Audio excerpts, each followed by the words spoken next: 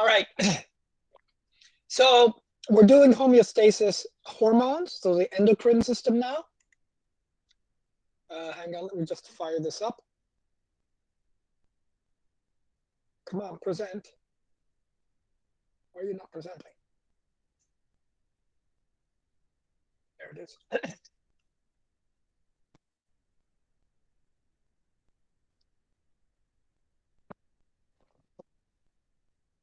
You don't see what, Adila?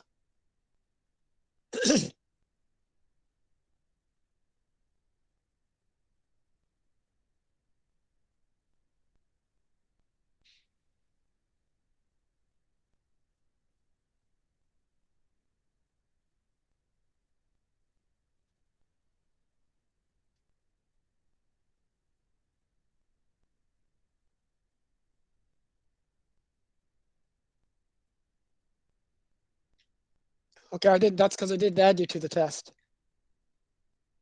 Okay, hang on. Let me add you.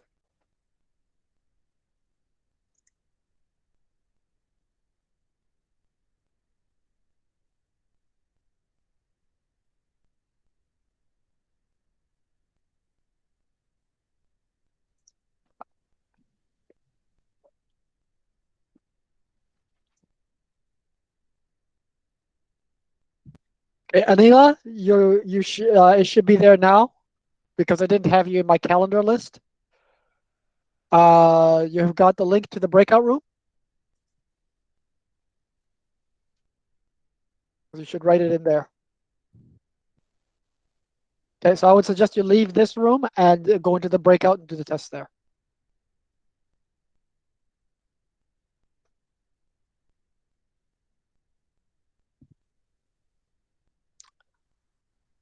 Okay, so the endocrine system.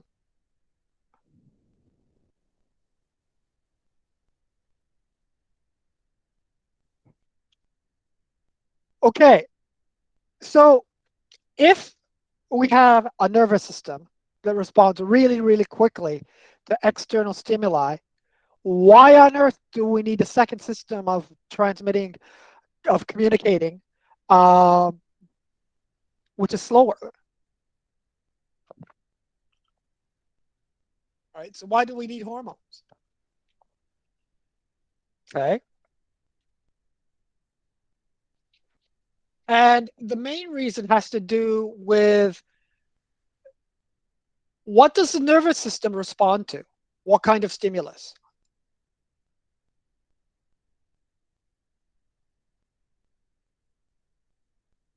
A fast stimulus or a long, slow, deliberate stimulus? So if you've got a baseball that's hit and that baseball is coming towards your head, do you want to react to it with a nervous system or a hormonal system? Yeah, a fast system, the nervous system. Okay. When would you think you would want a slow regulation to occur? What kind of stimuli?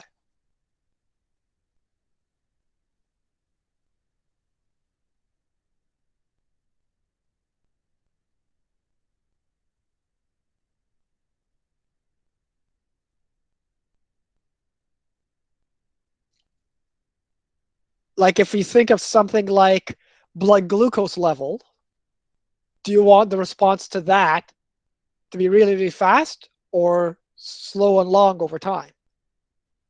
Yeah. So if the stimulus is one that you want to regulate over the long term, then you're going to use a slower response system. If you're going to react to something, to a stimulus that's coming really, really quickly, then you want to use a fast system. Obviously, there are some stimuli that are too fast that even the nervous system can't react to, right? There's no way that you can really react to a bullet that's being fired from a gun at you. By the time you hear the gunshot, you're probably hit. So, I mean, you can't do bullet time like they do in the Matrix. Just doesn't work. So, what are hormones? Hormones are chemical messages that are sent from one body part to another. Okay. Growth hormone is a classic example of one because it's still working in your bodies. Okay. So We use hormones whenever we need a communication format to coordinate the entire body, right? The nervous system is really, really good at coordinating and communicating with one specific organ or muscle, but it's not very good at communicating to the entire body and coordinating what the heart does, what the stomach's doing, what blood pressure is doing, what the brain is doing. If you want to coordinate that, then you're going to use hormones. Okay? So hormones are, generally speaking, used for daily homeostasis and regulation of large-scale changes. So when we're talking about things like pregnancy or growth or overall whole body metabolism, then you're going to change to an endocrine system. Okay? So solute levels in the blood, how much sodium, potassium, calcium, chlorine you have. Okay? Glucose, salts, calcium, whatever. Okay? Metabolism in general, growth, okay? Development, maturation, and reproduction. These are the kind of things that are subjected to long-term coordination. These are affected by the endocrine system. That's not to say only the endocrine system. Some of this stuff can be affected by the nervous system as well. But overall, long scale, long term, it's going to be hormones that are involved. Okay? So your bodies rely on two systems. Okay? The endocrine system and the nervous system. Okay? The endocrine system is a system of ductless glands. Okay? The other systems are systems like the paracrine system and the ectocrine system. So what do I mean by a ductless gland, do you think? So if you think of something like the pancreas is part of two systems. It's part of the endocrine system. It's also part of the ectocrine system. Now, the ectocrine system is a system of ducted glands. So what do you think the difference is between a ductless gland and a ducted gland? What's a duct? And no, I'm not mispronouncing the animal that goes quack, quack.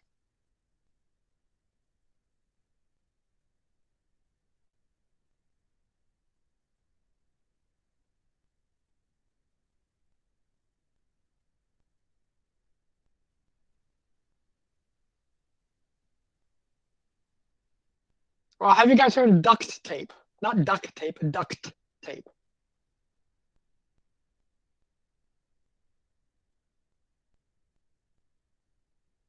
Right? What's duct tape used for?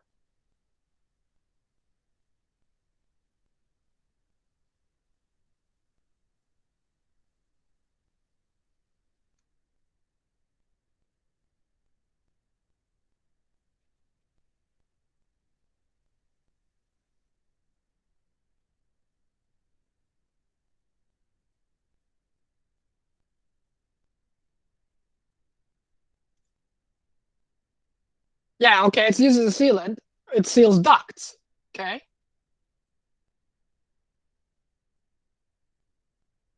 Here.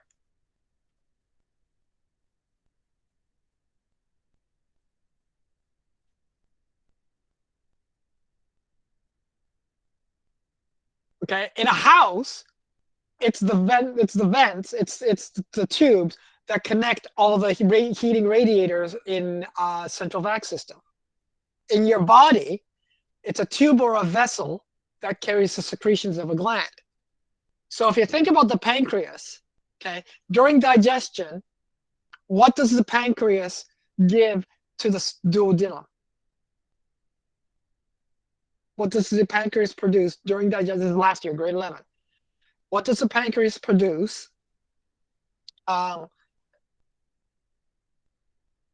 that goes into the duodenum of the small intestine? Do you remember?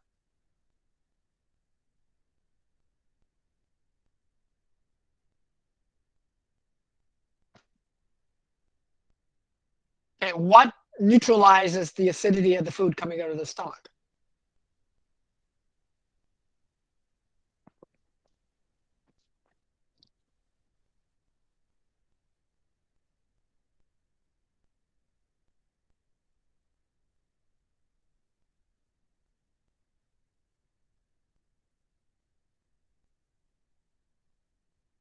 HCO3 minus, right? Bicarbonate. So the pancreas produces bicarbonate and digestive enzymes. It then goes down a tube into the small intestine, into the duodenum. Okay, that's a ducted system. That's part of the ectocrine system. But what else does the pancreas produce that controls blood sugars? Two hormones. If these hormones screw up, you're a diabetic.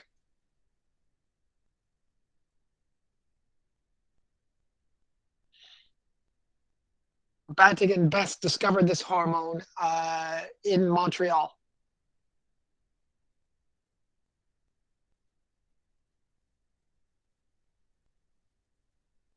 Yeah, insulin. Insulin is part of the endocrine system. There is no duct, there is no tube that goes from the pancreas into the circulatory system. What happens is that the pancreas secretes the hormone directly into the bloodstream. So it just dumps it into the extracellular fluid and it makes its way into the bloodstream. The bloodstream then carries it around the body. That's an endocrine gland. There is no tube that connects the gland to the blood vessels. It's simply dumped into the environment and it goes into the bloodstream. That's true of all of the glands of the endocrine system, be it the hypothalamus, the pituitary, the thyroid, the parathyroid, the adrenal gland, the pancreas, the testes, the ovaries. They all work the exact same way. They're all endocrine. They're all ductless glands. Okay, so they secrete chemical signals directly into the blood. Okay, that's an endocrine gland. Okay, the chemical then travels by the circulatory system to the target tissue. Okay, the target cells then have receptor proteins for those hormones. Okay, and it gives you a slow, long-lasting response. Okay, as opposed to the nervous system. In the nervous system, we use a system of neurons. Okay, and we transmit an electrical signal and release neurotransmitters to the target tissue to create a response. Okay, it's a short and fast. It's short-lasting, but fast response. Okay. So if we look at the two systems, on the left is the neuronal system, and you get an electrical signal that comes down the axon to the synaptic terminal. And you then get neurotransmitters released by those neurons. Okay, they're going to attach to receptor proteins on a gland, a muscle, or another neuron. Okay, and that's going to cause a response by the target cell. In the hormonal system, you have an endocrine gland, which is simply going to directly release the hormones into the bloodstream.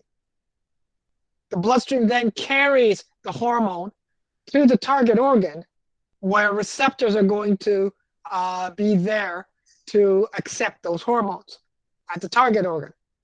And at the target cell, those hormones will then trigger a response. So the hormone is carried by the blood.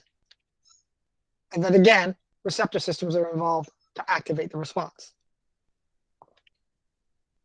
Okay. So they're similar in that they both require receptors and have a lock and key system between the neurotransmitter or hormone and the receptor. And once that's activated, then the target cell will actually respond. Okay. Now, there are two classes of hormones. Okay. There are the protein-based hormones, and there are the lipid-based hormones. So the protein-based hormones are like insulin. They're polypeptides. Okay, they're proteins. Okay, insulin and ADH, which we'll talk about a little later, antidiuretic hormone, are small proteins. We also have some protein-based hormones that are glycoproteins. They're mixtures of carbohydrates and proteins. Like the reproductive hormones, follicle-stimulating hormones, and luteinizing hormones. You also have some biogenic amines, right? These are kind of like amino acids. They're basically modified amino acids. So things like epinephrine or adrenaline, as you would call it, or melatonin, right? The sleep-based, the hormone triggering sleep. Okay. The other type are called lipid-based hormones. And the lipid-based hormones are all based on steroids. Okay. So we're basically talking about modified cholesterol hormones. So the sex hormones and aldosterone would be the big ones. Okay. By sex hormones, I mean progesterone, estradiol, estrogen, all of those. Okay. How do these hormones act on the target cells? It kind of depends if we're talking about the protein-based ones or the lipid-based ones. If it's a lipid-based hormone, and we kind of talked about this in the genetics unit, or if it's a protein-based hormone, the responses are slightly different. Lipid-based hormones are hydrophobic and lipid-soluble. Okay, so will they get into the interior of the cell easily? Yes or no? So will they go through the cell membrane easily? Yeah, they have to. Hydrophobic and lipid soluble, and the cell membrane is primarily a lipid bilayer. So it gets through the lipid membrane quite easily. Okay, so it's going to diffuse across the membrane and enter the cell. Okay, what's interesting is that the receptors for lipid-based proteins are found in the cytoplasm and the nucleus. They're not in the membrane. Okay, why the nucleus? Because these are transcription factors. Remember in the genetics unit when I started talking about how RNA polymerase will bind to the promoter site along with some transcription factors? Well, these are the transcription factors. So these steroid hormones will help RNA polymerase bind to the promoter site to trigger what? What are these hormones going to do in the nucleus? What are they going to cause? If they're causing RNA polymerase to bind to DNA, what's going to happen? What's RNA polymerase going to make?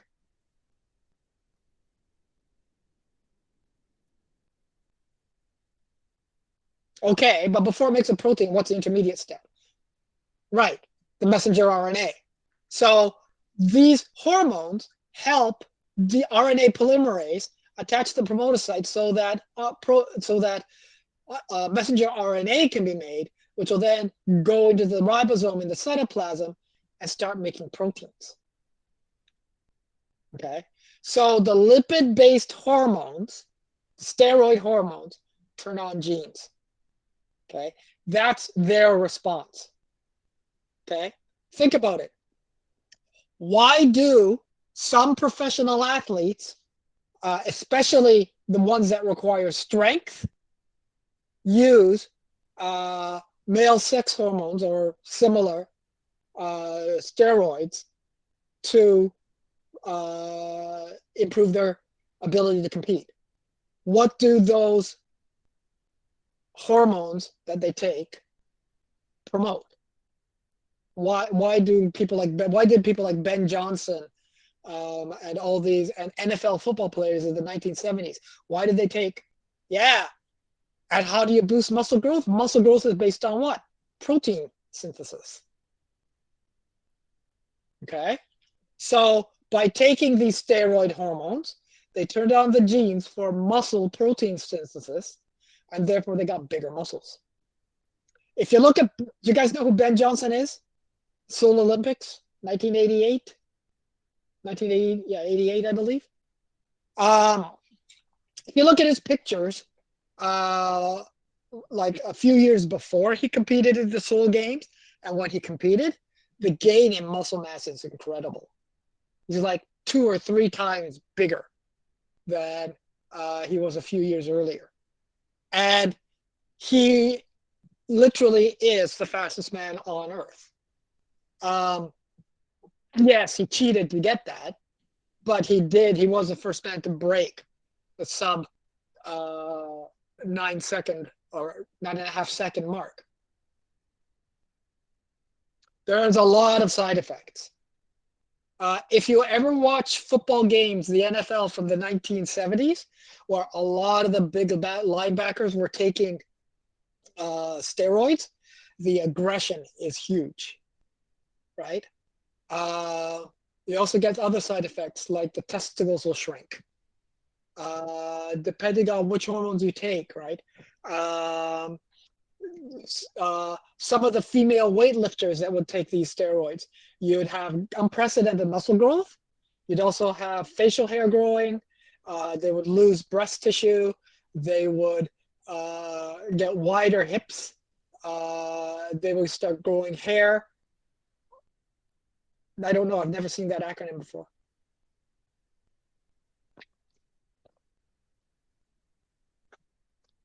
So yeah, and then aggression goes through the roof. Based on what you just wrote, I would assume that it's some kind of compound that's going to impact certain types of receptor molecules for these performance enhancing drugs. See, the um, general old style steroid would hit all androgen receptors. Okay. So what I assume SARMs do then, based on their name, is that they fine tune which receptors are activated by these performance enhancing drugs, trying to limit some of the side effects. I think. As I said, I've never heard of this term until you just brought it up. So it's a complete guess on my side. But just from what the acronym stands for, I would guess that. Okay, the other type of hormones are the protein-based hormones. Okay, so obviously they're hydrophilic and not lipid soluble, so they cannot get through the cell membrane very easily. So in this case, they can't get across the membrane, so the receptors have to be in the cell membrane. Okay, so if this is my cell membrane, right, and this is my hormone, there has to be a receptor there to attach to it, or the cell membrane is just going to bounce, or the hormone's just going to bounce off and not do anything. So there has to be a receptor there to accept it so it can draw it inside. Okay? And proteins trigger something called a secondary messenger pathway. Okay? I'm going to go through this, but if you don't get or understand what this is, don't worry about it. This is more AP than anything else. I don't normally talk about it in U course, but since it's in this Pablo deck anyways, I'm going to show it to you. Okay, and these secondary messenger pathways activate a cellular response. Okay, so it doesn't turn on genes; it causes another response inside the cytoplasm. Okay, and that cellular response could be turns on an enzyme, or it could be an uptake or secretion of certain molecules. Something happens. Okay, so if we're looking at steroid hormone, okay, there's the steroid hormone coming in via the blood. Okay, this is the target cell. Okay, here's the cell membrane, and then yellow is the cytoplasm. Okay, nucleus is down here. So the first thing that happens, because it's lipid soluble, the hormone is going to cross the cell membrane. Once inside the cytoplasm or inside the nucleus, it'll bind to a receptor protein. Okay, once that occurs, It'll interact as a transcription factor with RNA polymerase and the nucleus, okay, triggering the formation of messenger RNA. That messenger RNA will leave the nucleus, go out to the ribosome, and make a protein. Okay. That protein then will then usually be secreted out to cause some kind of secondary effect in the target cell. Okay. So that's how steroid hormones are going to work. So this is basically how the female reproductive cycle is going to be regulated, because FSH and LH are steroid hormones. Okay. Estrogen and androgens are steroid hormones, and they're going to do things like trigger ovulation, get the endometrium lining of the uterus to thicken up. All of these things are going to be triggered by this methodology. Okay, so this excreted protein could be a growth factor. Well, there's a whole bunch of things that it could be. Okay, protein hormones act very differently. I'm going to give you two examples. Okay, so there's the target cell, plasma membrane, cytoplasm.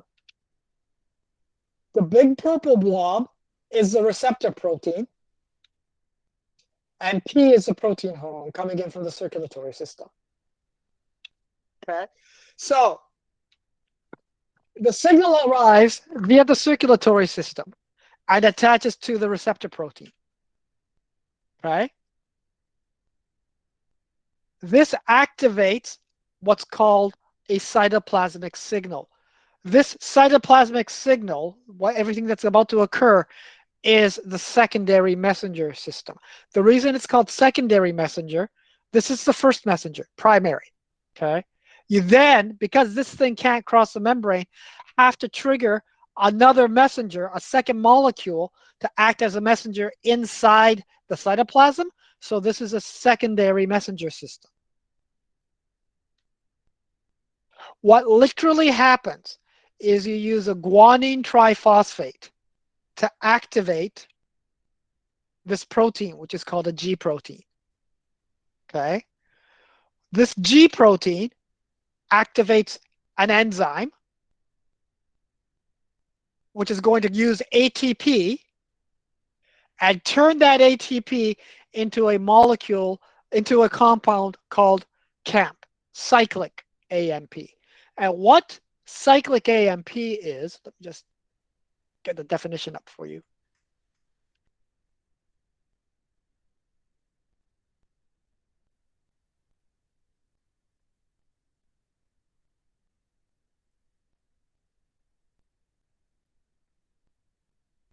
So it's a molecule. It's a good image of it.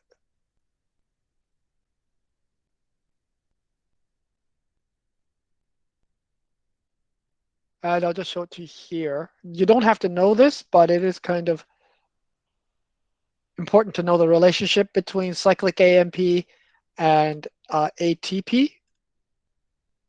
So if you look at this diagram here, this is a familiar ATP molecule that you know of. I'm going to actually boost this. Open in a new tab. No, open image in a new tab. That's what I want.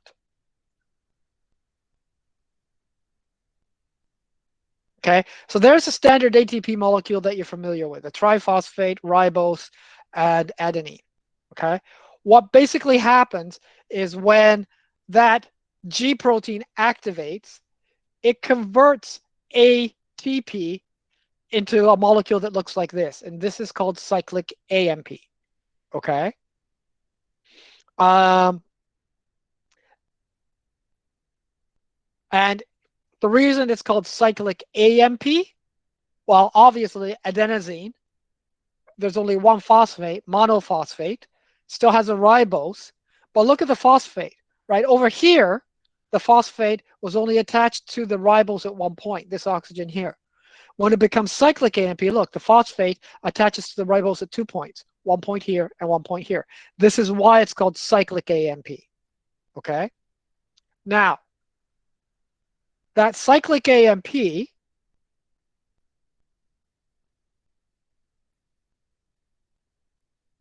okay, so we've now turned ATP into that cyclic AMP.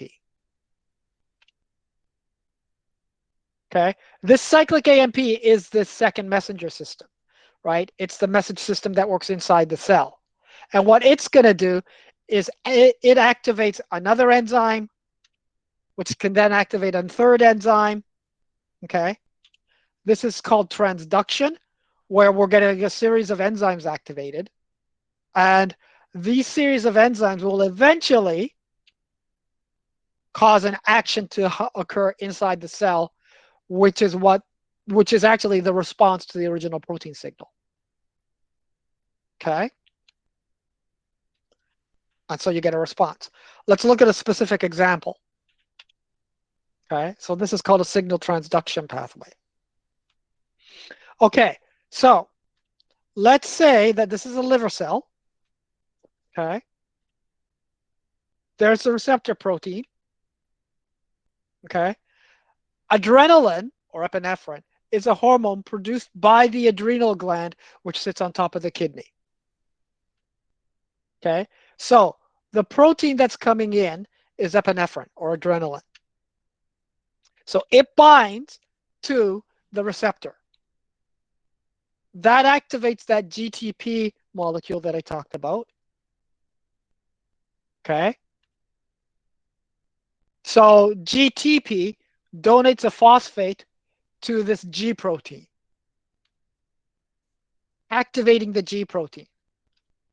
The G protein will now cause another enzyme to be activated, adenylyl cyclase, and that's going to convert ATP to cyclic AMP. Okay, now we have cyclic AMP. This activates another enzyme, which is called protein kinase A. That activates a second enzyme, which is called phosphorylase kinase. That activates a third enzyme called glycogen phosphorylase. You don't have to memorize this. This is just an example to go through this. Okay, this is that transduction pathway, the secondary messenger system. And what this enzyme does is it causes glycogen, right, the animal starch, to be converted to glucose. Glucose will then get dumped into the blood sugar, and blood sugar levels are going to go up. Okay? So one of the actions of epinephrine or adrenaline, right, is to increase blood sugar. Well, when is adrenaline released in your body? When do you use adrenaline? We talked about this yesterday.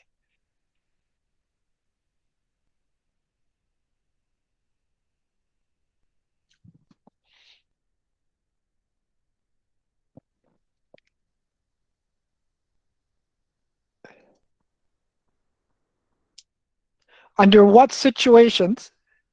Okay. Under what situation will your body release adrenaline? Yeah, the fight flight, right? So if you're going to run or if you're going to fight, you need lots of glucose in your blood so that you can feed all the muscles with glucose such that you can either fight or run. Okay? This is why epinephrine has all these effects. Its purpose is to increase blood glucose levels so that you can do something. It's basically preparing your body to do something. Okay? So this is the second messenger system. And the increase in blood sugar levels is the response.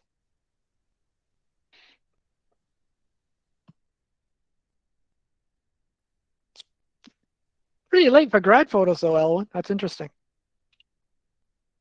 Okay. So what's the advantage of a second messenger system? Okay. Why do they bother with this? Well, this is what's interesting about it. Okay. The signal comes in. Receptor protein gets activated. One receptor protein can activate multiple GTPs and G proteins. Okay, these multiple, so that you're going to amplify the signal, you're going to make it bigger. These multiple gene proteins can all activate, each one can activate a different adenylyl cyclase. So you make the signal even stronger. Each adenylyl cyclase can make multiple cyclic AMPs. Each cyclic AMP can activate multiple enzymes, which can, and each of these enzymes can produce multiple products. So look what's happened with one signal. You've got a massive response just following one molecule. Each one of these will do the same thing, right? So this second messenger system amplifies the signal like crazy that your body can respond really, really quickly. And it boosts the initial signal. That's the advantage of a second messenger system. Amplification. The original signal gets boosted many, many, many times.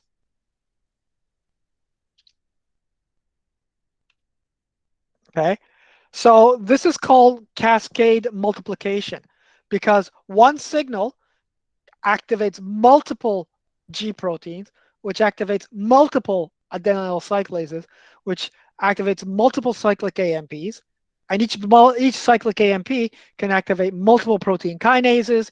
Each one of these can produce multiple enzymes, activating even more product. So the signal gets multiplied at every single step. So it's a cascade, one step leading to another, and at every step, the signal is multiplied. Okay, making the response quite fast. All right, we've talked about this, so I'm just going to quickly go through this. This is just review. But we know that the figure 8 model is the negative feedback model for homeostasis, right? Doesn't matter if it's nervous or endocrine. Okay, so we've talked about this as well, body temperature. So a quick review, right? If body temperature is high, hypothalamus gets activated.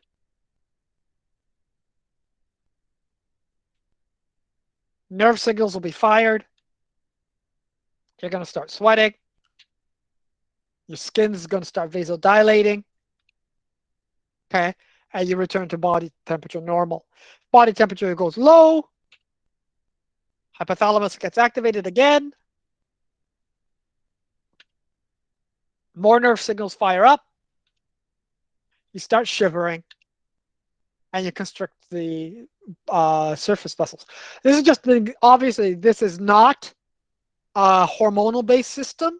Body temperature, it's all neural because it's nervous signals. But you get the idea of how homeostasis works. Okay, a good example of regulation of blood sugar then is a good example of an endocrine system. Okay, so blood sugar levels should be 90 milligrams of sugar for every 100 milliliters of blood in your body. That's considered the set point. That's the normal value. That's where we want to be.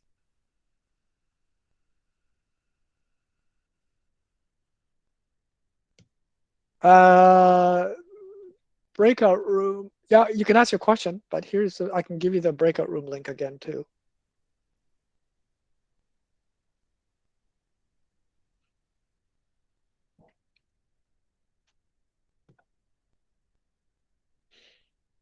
Or in Google Classroom, if you go to the very top where it says breakout rooms, there would have been breakout room 1.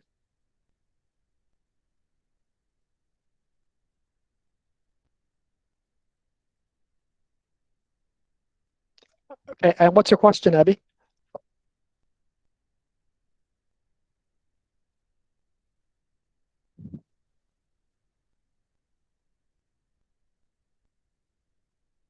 To B and 2C in the long answer.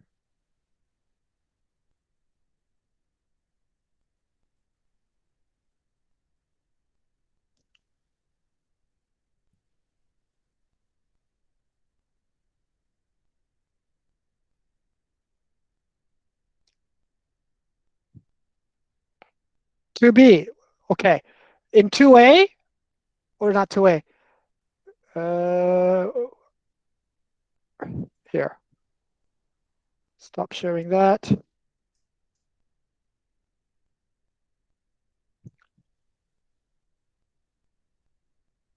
There's the coding sequence.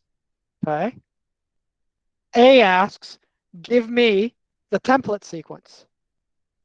Okay. Now that you've got the template sequence, give me the basis of the mRNA. That's all 2B is asking for. 2C, what's the anticodons to the mRNA you produced?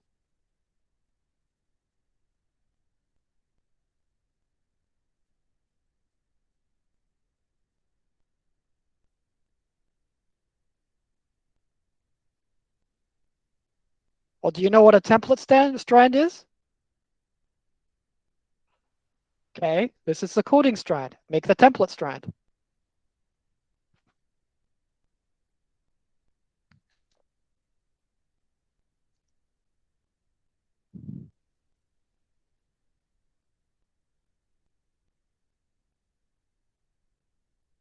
Okay, so what's the template strand? No. Hang on. What would be the complementary side of the DNA molecule? Right. So this is the complementary DNA. 2A. You made the DNA.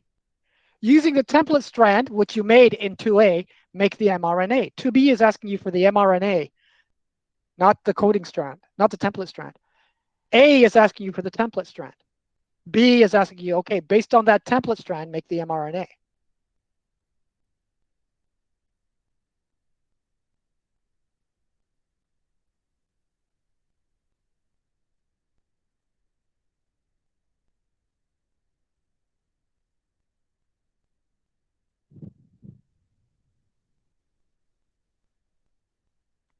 Okay, back to this.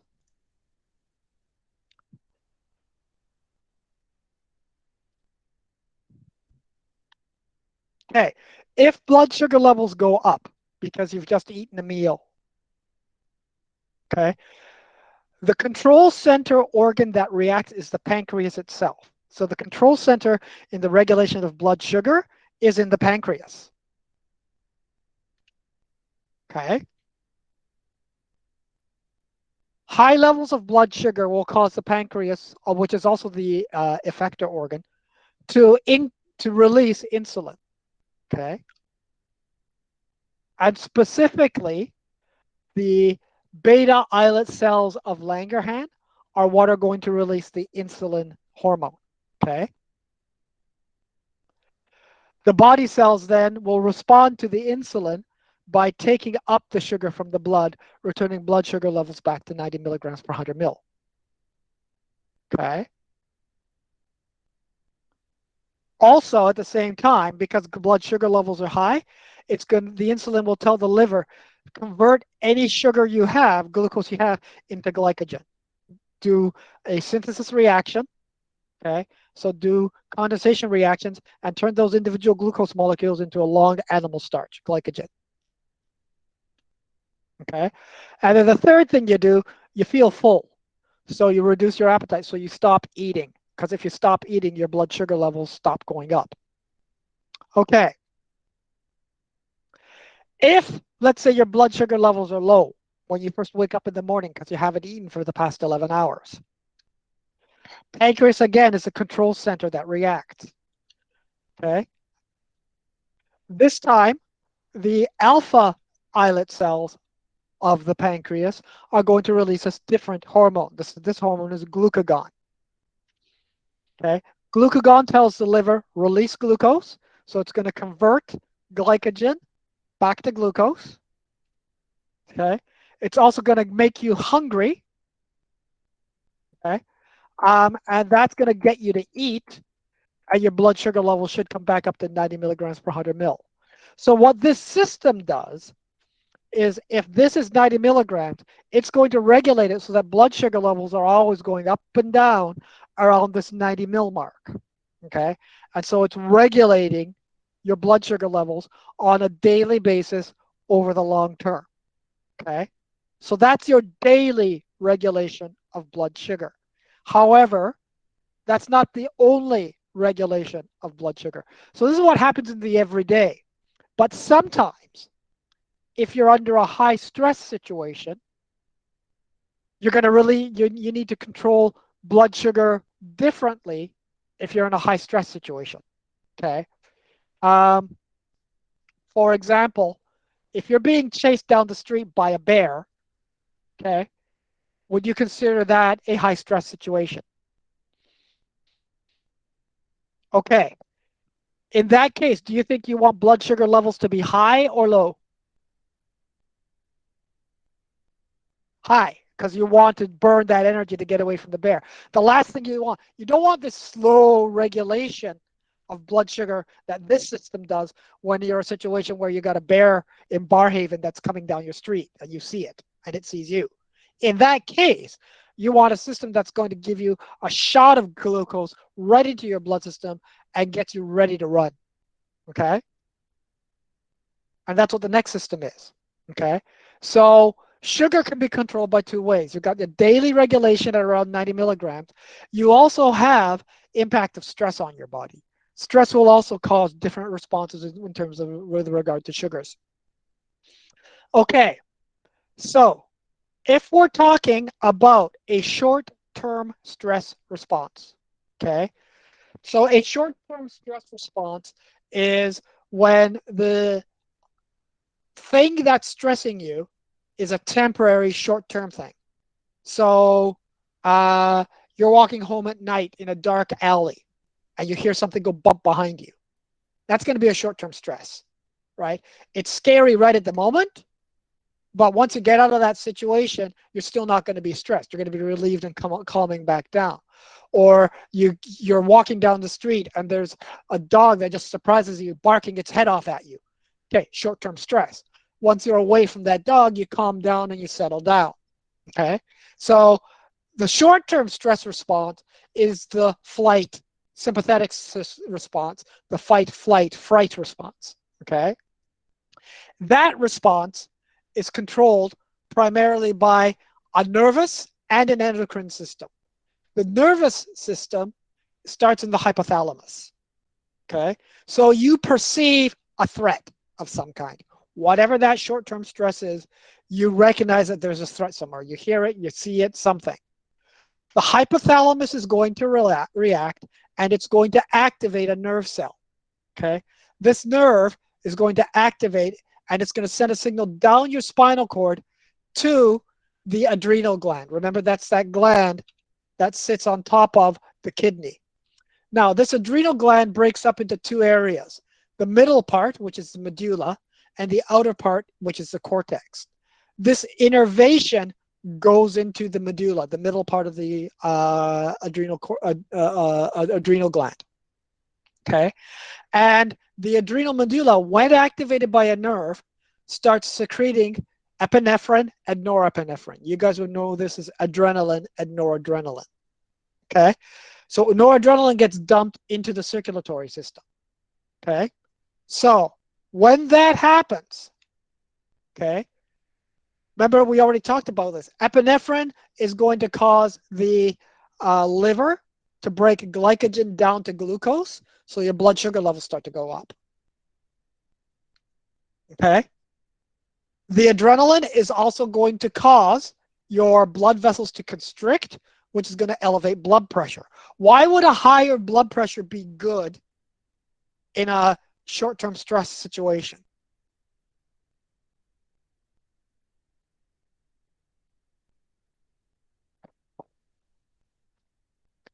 If your blood pressure is higher, what's going to happen to blood flow? Yeah, blood flow increases. Okay. You also get an increasing breathing rate, which means what's going to come into your body more quickly. Right. You're going to get more oxygen into your body. So your body is priming itself to do something. Okay. Your metabolic rate goes up. Makes sense because you've got more glucose, you've got more oxygen. So your metabolic rate will go up. You're basically ramping your system up to do something. Okay. You also get changes in the blood flow pattern. So you're much more alert, okay? And you get parts of your body that you really don't need to react get shut down. You don't need to digest. You don't need your excretory system functioning. You want are the big muscles of your legs and arms to be active. You want your brain to be on high alert. You want visual acuity, and you want hearing auditory acuity. So those are going to be ramped up, and other things you don't need get pumped down. Okay, so that's short-term stress, right? Anytime you get scared, right, this is how your body's going to respond, and that's a short-term stress response, right? If while you're listening to me, if I got some, your sibling to come up right behind you and scare the crap out of you, you would have all of these things happen. Okay, thought about doing that, but then I thought, no, I can't scare Zena. I was going to email Lena to try and scare Xena, but then I thought, no, that's too mean.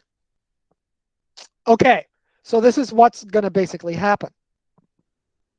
Okay, and that's not bad. This is actually a good response because these are short-term stressors, right? They usually go away.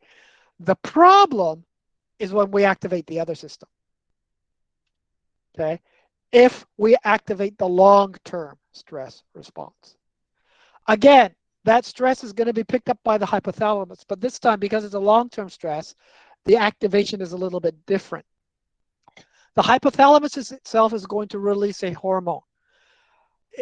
It's called a releasing hormone because it causes the pituitary gland to release a different hormone. So this releasing hormone from the hypothalamus will go to the pituitary gland, and it will tell the pituitary gland to release a hormone called ACTH, which is adrenocorticotropic hormone. Okay, that's going to enter the bloodstream, and ACTH will go to the outer portion, the adrenal cortex of the adrenal glands. This tells the adrenal glands to secrete these two things, mineralocorticoids and glucocorticoids, which are considered to be the stress hormones. These are, again, steroid-based hormones. Okay, so this was a protein-based hormone response. This side B is a steroid-based hormone response. Now, the effects of mineralocorticoids, you're going to retain sodium ions and water by the kidney. Okay, so if you retain sodium and you retain water, okay, that's going to cause your blood volume to go up. It'll also cause your blood pressure to go up. Okay, so now you're hypertensive. Okay, which is not good because if it's a long-term stress, it's not a stress that's going away. So now you have high blood pressure.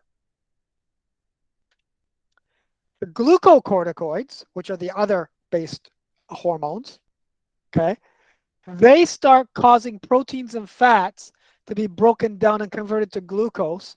So you have increased blood glucose levels, which makes sense because this is a stress response. But unfortunately, glucocorticoids also depress the immune system, which means long-term stress can cause people to get sick and ill more frequently. So they have high blood pressure, they're hypertensive, and they get sick more often, which is why long-term stress is considered to be a bad thing. It's really bad on the human body. What are examples of things you think that would be considered long-term stress?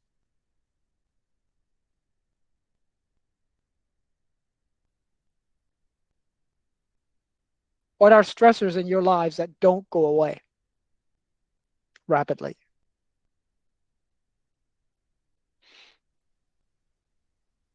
Okay, debt and financial problems. Okay. What happened to a lot of people when this pandemic struck? What happened to their jobs? Okay. And what's happening to small businesses? Yeah, they're closing down like crazy, bankruptcy. Okay. Do you think these things are long term or short term? Very long term. I mean, we've been at this over a year now, right? So for these people, right? They're so hugely stressed out. They're probably really hypertensive. They're probably getting sick all the time. It will literally shorten lifespans. This is why talking to someone, figuring out how to deal with long-term stress is important. This is why all these, you probably hear all the time about watch your mental health. We had these check-in Wednesdays all term just to keep an eye on how long-term stress is dealing for you guys as well as your families, right? Because it is concerning. Uh, it can lead to long-term clinical depression. It can lead to suicide, right? It can lead to all kinds of issues, which is why long-term stress is considered bad.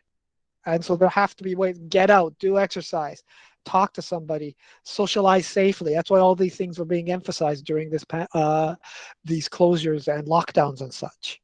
And it's been rough. I realize that. Okay, switching strides. You know what? It's 10:05. Let's take a break. Um, and I'll see you at 10:15.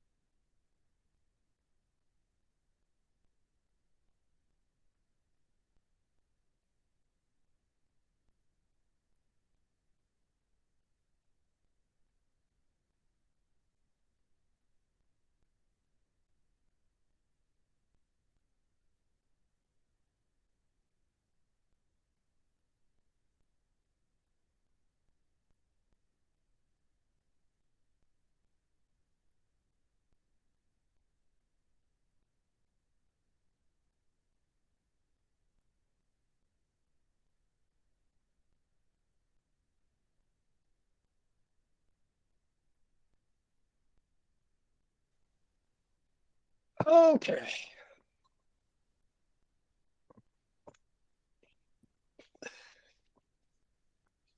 All right.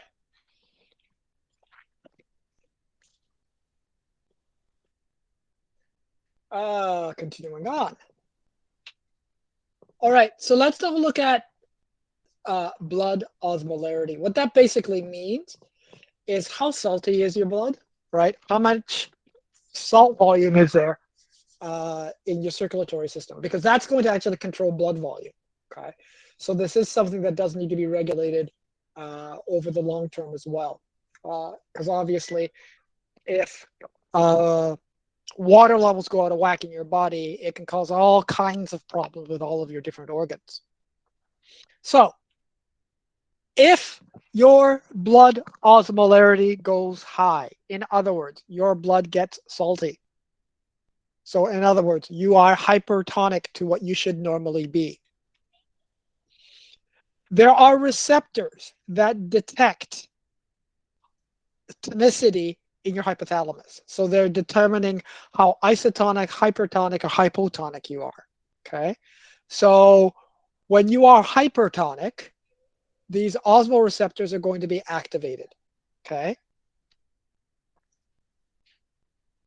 When might you go hypertonic? When might your blood be saltier than it should be?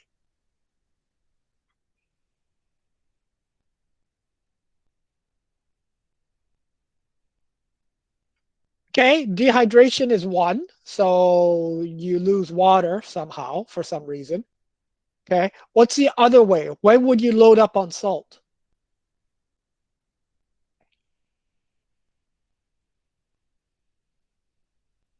Yeah, if you eat a bag of salt and vinegar chips, your osmolarity is going to go up. Okay, at that point, the pituitary gets activated.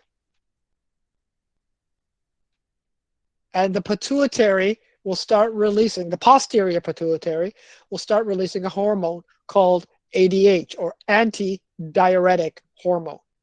And what antidiuretic hormone does is it acts on the kidney and it causes the kidney to retain water. Okay, so you keep water in your body. You don't pee it out as much.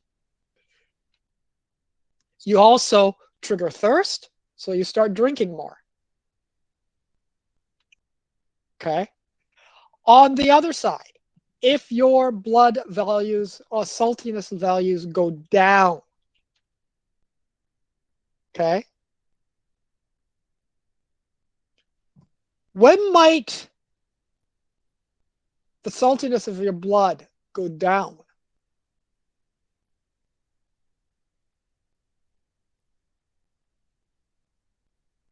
Under what situations? Yeah, but that's usually pretty rare. It's um, you don't have too many people drinking so much water that they die. You know, osmotic shock, it does occur, right? A few Christmases ago was that woman who died on that radio program, but that's really rare, right? Most people would start peeing before that actually happened. No, there's another way that you can lose blood osmolarity, and specifically, you lose both blood and water. So, what situation would you cause you to both lose both blood and water, which causes your blood osmolarity to go down?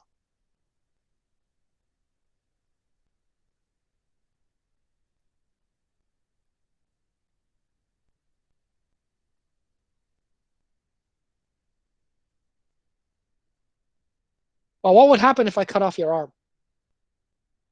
What would you lose? Yeah, blood and water, right? Hemorrhaging, severe hemorrhaging leads to a loss in blood osmolarity. Okay. That level of, so when that happens, when you start losing both blood and water, then you're going to activate something called the JGA, the juxtaglomerular apparatus, which is basically located in the kidneys again. This is going to cause the release of a hormone called renin into your circulatory system. Renin is going to actively work on a hormone that's already in your blood. This hormone is called angiotensinogen, and renin is going to cause this hormone to be converted into a second hormone called angiotensin. This is the active form. Angiotensin is going to act on the adrenal gland, okay, the one that we talked about during long-term and short-term stress. And it's going to cause the adrenal gland to reduce, specifically the adrenal medulla, to release a mineralocorticoid, aldosterone. So this is called the RAAS system. Okay? Renin-angiotensin aldosterone system. Aldosterone is going to tell the nephron, right, which is the excretory unit of the kidney, to increase water and salt reabsorption, both. And that should return salt and water values back to normal. Okay, so in the last couple of slides, I've been talking both about the hypothalamus and the pituitary glands. Okay, so the nervous system and the endocrine system are linked together. So the hypothalamus, which is this portion up here above the pituitary, there's the pituitary there. Hypothalamus is just that little yellow portion above it. The hypothalamus is the master nerve control center. So it is the master control center for the nervous system. Okay. So it receives information from nerves around the body about internal conditions. Okay. It also produces releasing hormones. So these regulate the release of hormones coming from the pituitary gland. The pituitary gland is part of the endocrine system. It is the master gland that controls the majority of all of the other hormonal glands. Okay, so it's part of the endocrine system. So the two of them in conjunction control all of homeostasis. Okay, so the pituitary gland secretes a range of what are called tropic hormones. Tropic hormones are hormones that are released by the pituitary that tell another gland to release its hormone. Okay, so there's the hypothalamus. The hypothalamus will secrete releasing hormones that will tell the pituitary gland to start releasing its hormones. The pituitary hormone will then release tropic hormones, which will tell these other glands to start releasing their own hormones. Okay? So the anterior pituitary, which are the ones in blue, hormones, will release things like thyroid stimulating hormone. Thyroid stimulating hormone works on the thyroid. The thyroid is located right here in the neck. So it acts on the thyroid gland, and the thyroid gland is involved in metabolism, right? So it controls your rate of metabolism. The anterior pituitary also acts on the adrenal cortex to release adrenocorticotropic hormone, ACTH. Okay, so it works on the adrenal cortex. That will cause the release of mineral and glucocorticoids that we talked about under long-term stress. This is not a tropic hormone. So the anterior pituitary will also release growth hormone, which will work directly on muscles and bones to get you to start growing. Right? This is not a tropic hormone. Okay. Then with relation to reproduction, it will release what are called the gonadotropic hormones, follicle stimulating hormone and luteinizing hormone. Although these two hormones are named for the roles they play in the female reproductive system, both hormones also stimulate the testes. So these hormones have a role in both male and female reproduction. So they act both on the testes and the ovaries. Okay. Anterior pituitary can also release prolactin, and prolactin will work on the mammary glands to basically allow for milk letdown. Oxytocin does the same. The next one humans don't have. Okay, we do not have melanocyte stimulating hormones, MSH. Okay, because you don't have melanocytes. But in amphibians, this hormone will control how these melanocytes or color changing sites actually activate or not. Okay, so those are the hormones of the anterior pituitary. Okay, in purple are the two hormones of the posterior pituitary. Okay, oxytocin, which we talked about on the first part of this, on the very first day, when we talked about contractions of the uterus lining during labor. So that's the posterior pituitary acting on the muscles of the uterus. And antidiuretic hormone, ADH, acting on the nephrons in the kidney, okay, to control water reabsorption. Okay, so this is why the pituitary gland is considered to be the master gland of the uh, endocrine system, because it controls a lot of, or the majority of, the endocrine glands in your body. We're going to skip this slide. This is slide number, what slide is this?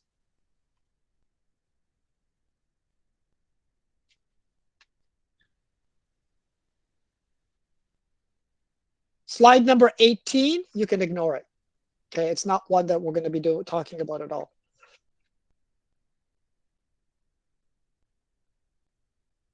So ignore slide 18. Okay, let's look at some of these specific hormones. So metabolism. Metabolism is controlled in the thyroid gland. Okay, so the hypothalamus is going to release a releasing hormone called TRH, thyroid releasing hormone. Okay, this is going to act on the anterior pituitary. So this is a releasing hormone, as indicated by its name. The anterior pituitary then, after getting this signal, will release its tropic hormone, TSH, thyroid stimulating hormone. Thyroid stimulating hormone will travel by the circulatory system to the thyroid gland located in your neck. Okay? Yeah. At the thyroid will start producing two hormones, T3 and T4, which are known as the thyroxine hormones. Okay? These hormones affect metabolism and development. Okay, Elwin, take care. Good luck with your photo. Okay? So it'll affect things like bone growth, mental development, use of energy in metabolism, blood pressure and heart rate, muscle tone, right? All the general things of metabolism. Okay, digestion, okay, and reproduction. So it impacts a whole bunch of different systems. Okay, so in order to make thyroxine, you need two things. You need tyrosine, which is an amino acid, and you need iodine from the environment. Okay, now, if you cannot get iodine from the environment, because iodine is not something that your body can create, so you have to get iodine from the environment. Okay, if you don't have iodine, then iodine deficiency will stimulate the thyroid gland to get bigger and bigger as it tries to produce thyroxine. It gets bigger because it's trying to get more iodine from the environment. It's trying to pick it up, and therefore gets larger and larger and larger. Okay. So if iodine is unavailable, okay, then we get a condition called goiter. Because thyroxines, these hormones aren't made, and so to compensate, the thyroid itself gets larger, trying to pick up more iodine from the environment. Okay, and it's a positive feedback because there's no thyroxine. It stimulates the hypothalamus to produce more TRH, more anterior pituitary, more stimulating hormone. Thyroid make more thyroxine. And so it gets quite big, right? This is a woman who has goiter. It is reversible. If you increase the amount of iodine available in the diet of the individual, the goiter will reverse itself. Okay. Iodine is not plentiful in our environment in Canada, right? It's not super, super common in our plant soils, in our soils that our plants grow on. So how do we prevent this situation from occurring in us, in Canada? What is your biggest source of iodine in your diet?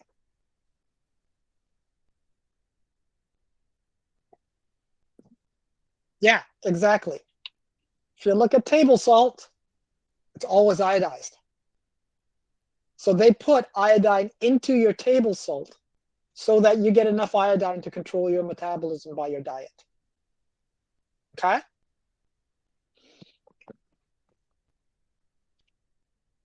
Okay, blood calcium. So we want blood calcium levels to be here, 10 milligrams for every 100 milliliters of blood. Okay. If values go above that, the thyroid, again, is the gland that's involved, right? So it's the yellow gland in yellow. And the thyroid gland will release a hormone called calcitonin. Calcitonin will cause the kidney to decrease calcium reabsorption. Since calcium is not being reabsorbed, you're going to pee it out more. Okay? It also causes calcium to be deposited in your bones more strongly, right? If for some reason calcium levels are low, you activate a different gland. They're the pink ones in their thyroid. They're called the parathyroid glands. When they get activated,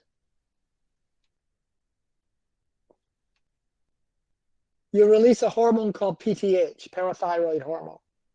Parathyroid hormone is going to tell the bones to release calcium, okay? It also causes the kidneys to increase more calcium reabsorption. It also uses an activated form of vitamin D to get this reabsorption to work. Now, calcium levels are really, really low, usually in older or senior adults, okay? Which means bones start releasing calcium like crazy, and therefore, what condition do senior adults usually end up with? Where the bones have, osteoporosis. And so their bones weaken and want to fall.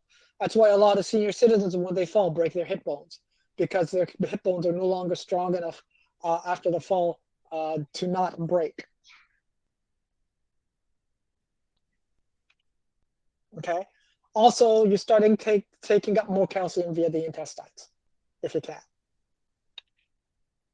Okay, this is the last bit that we need to talk about, female reproductive cycle. What do you notice about this feedback cycle compared to all the other ones that we've talked about? Is this a figure-8 cycle? Right? If you look at this one, quite clearly it's a figure-8. But is this one a figure-8? Or is one side bigger than the other? So why is this feedback cycle so lopsided?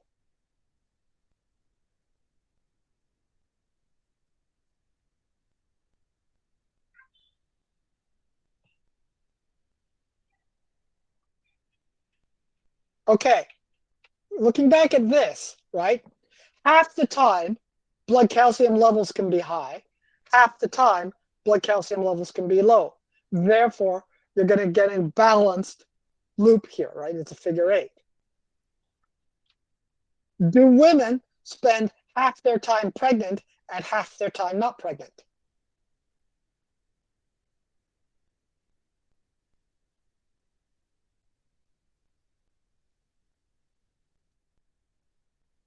Yeah, right? If you think about the females in this class, because you're all reproductively, uh, you're all capable of reproductive since you're post-puberty. Have you spent half your lives from the time you hit puberty pregnant? Probably not. Okay. So since most time is spent not pregnant, the not pregnant loop is going to be much bigger than the pregnant loop. Okay.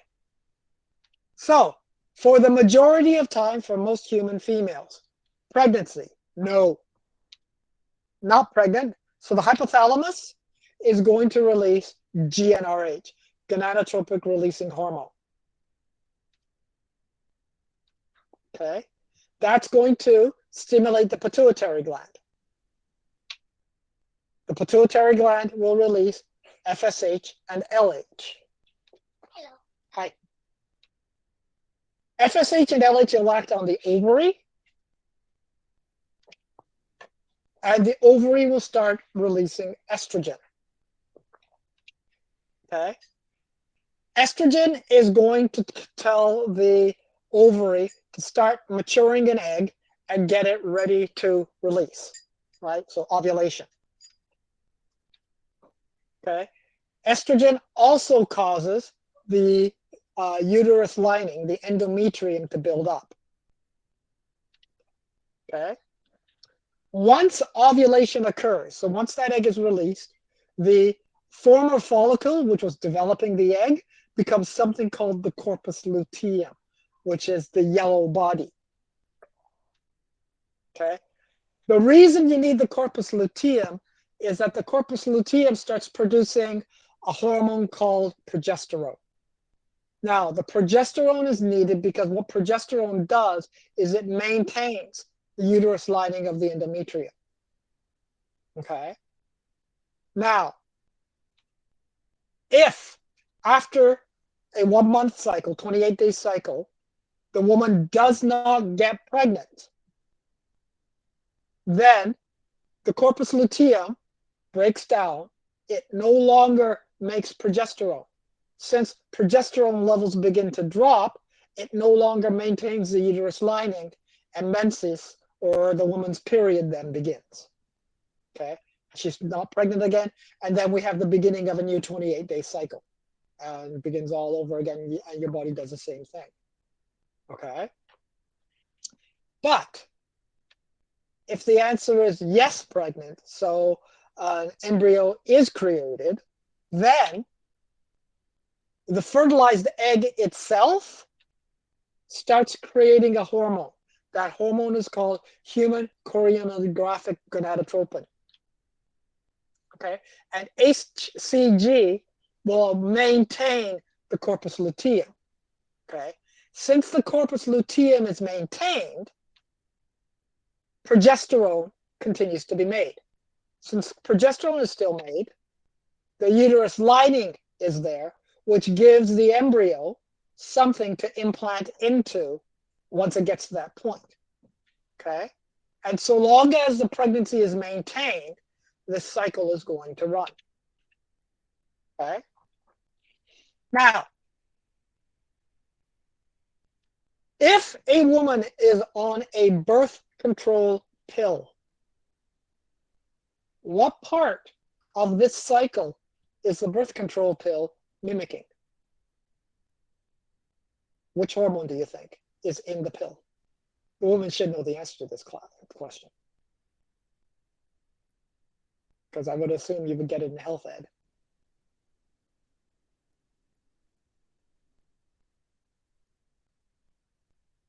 What's the hormone you find in the birth control pill?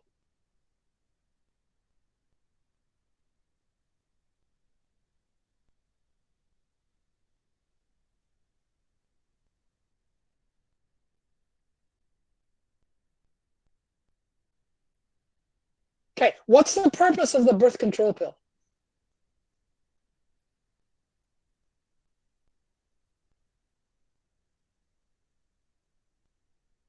Okay, not to get pregnant. So you're trying to trick the body to say pregnancy, yes, right? Because the best way to prevent pregnancy is to make sure no ovulation occurs.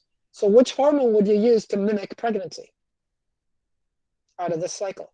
Even though you're not pregnant, what hormone would you use to try and mimic pregnancy? Not the estrogen, because the estrogen is going to cause the egg to mature, and you don't want the progesterone. So the birth control pill contains 21 days of progesterone, okay? And that's going to convince the body, because progesterone levels are high, that the body's pregnant, okay? Why are there in birth control pills usually 7 days worth of sugar pills? What's the purpose of the sugar pills? Like, what would happen to a woman if you got rid of the 7 sugar pills and just took all the progesterone pills only? No, it's not to increase blood sugar levels. Yeah, you wouldn't shed the uterine lining. Okay. Most women want to shed that uterine lining, which is why they put the 7 sugar pills in. Why do most women want to see their period? What does that tell them? That they're not what? They're not pregnant. And so it's a mental thing, right? To reassure mentally to the woman that she's not pregnant, you give them 21 days of progesterone pills so that they can't get pregnant. Then you give them 7 days of sugar pills so that the progesterone levels drop, so that the period does begin, and therefore the woman knows for a fact that she's not pregnant. Theoretically, you could get rid of the 7. You don't need the sugar pills, right? You could just stay on the progesterone pills for a few months, and then go on the sugar pills just to clean everything out every few months. But most women, if they go 2 months without a period, they start getting worried. So because of that, they put in the 7 days worth of sugar pills. Okay, in a pregnancy test at a doctor's office, not the home kits, okay?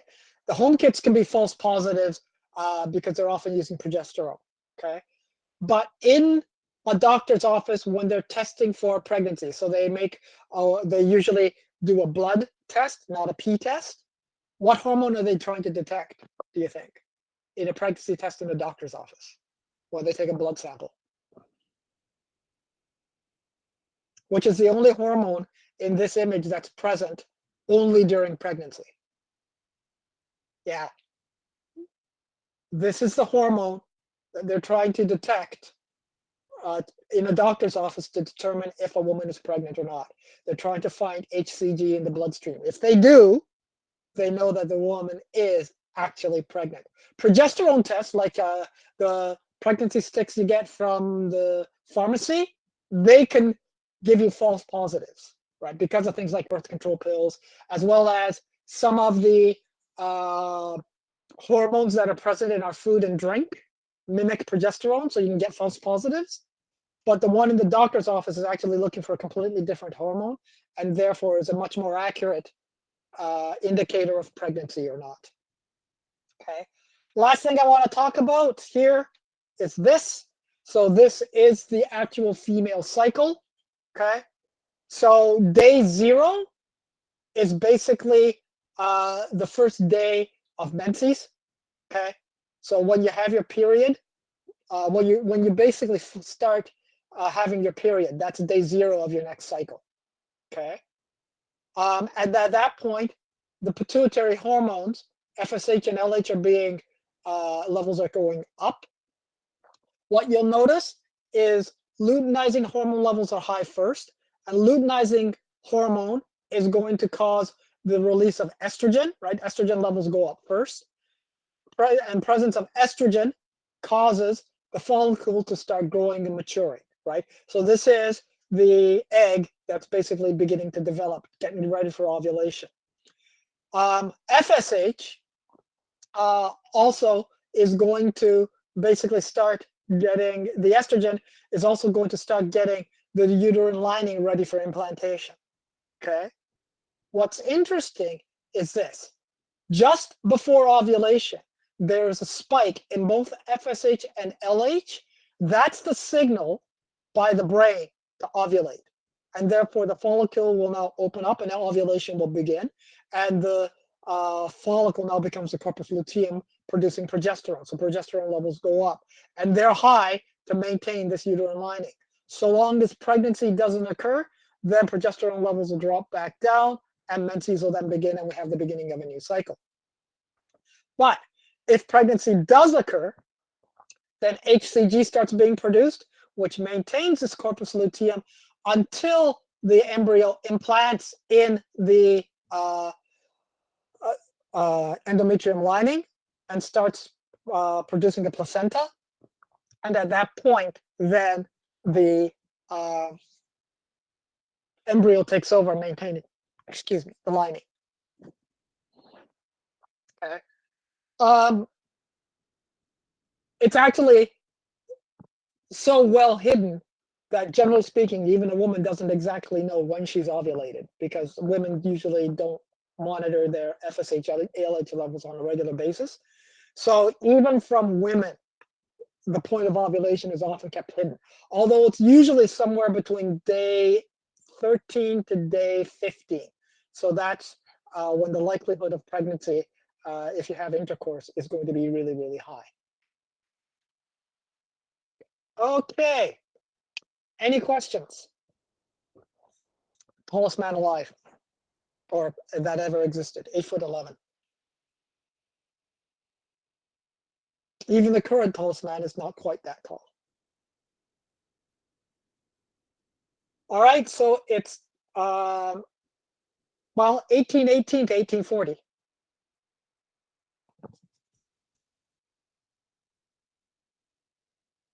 '28, 38, so 22, something like that. Yeah.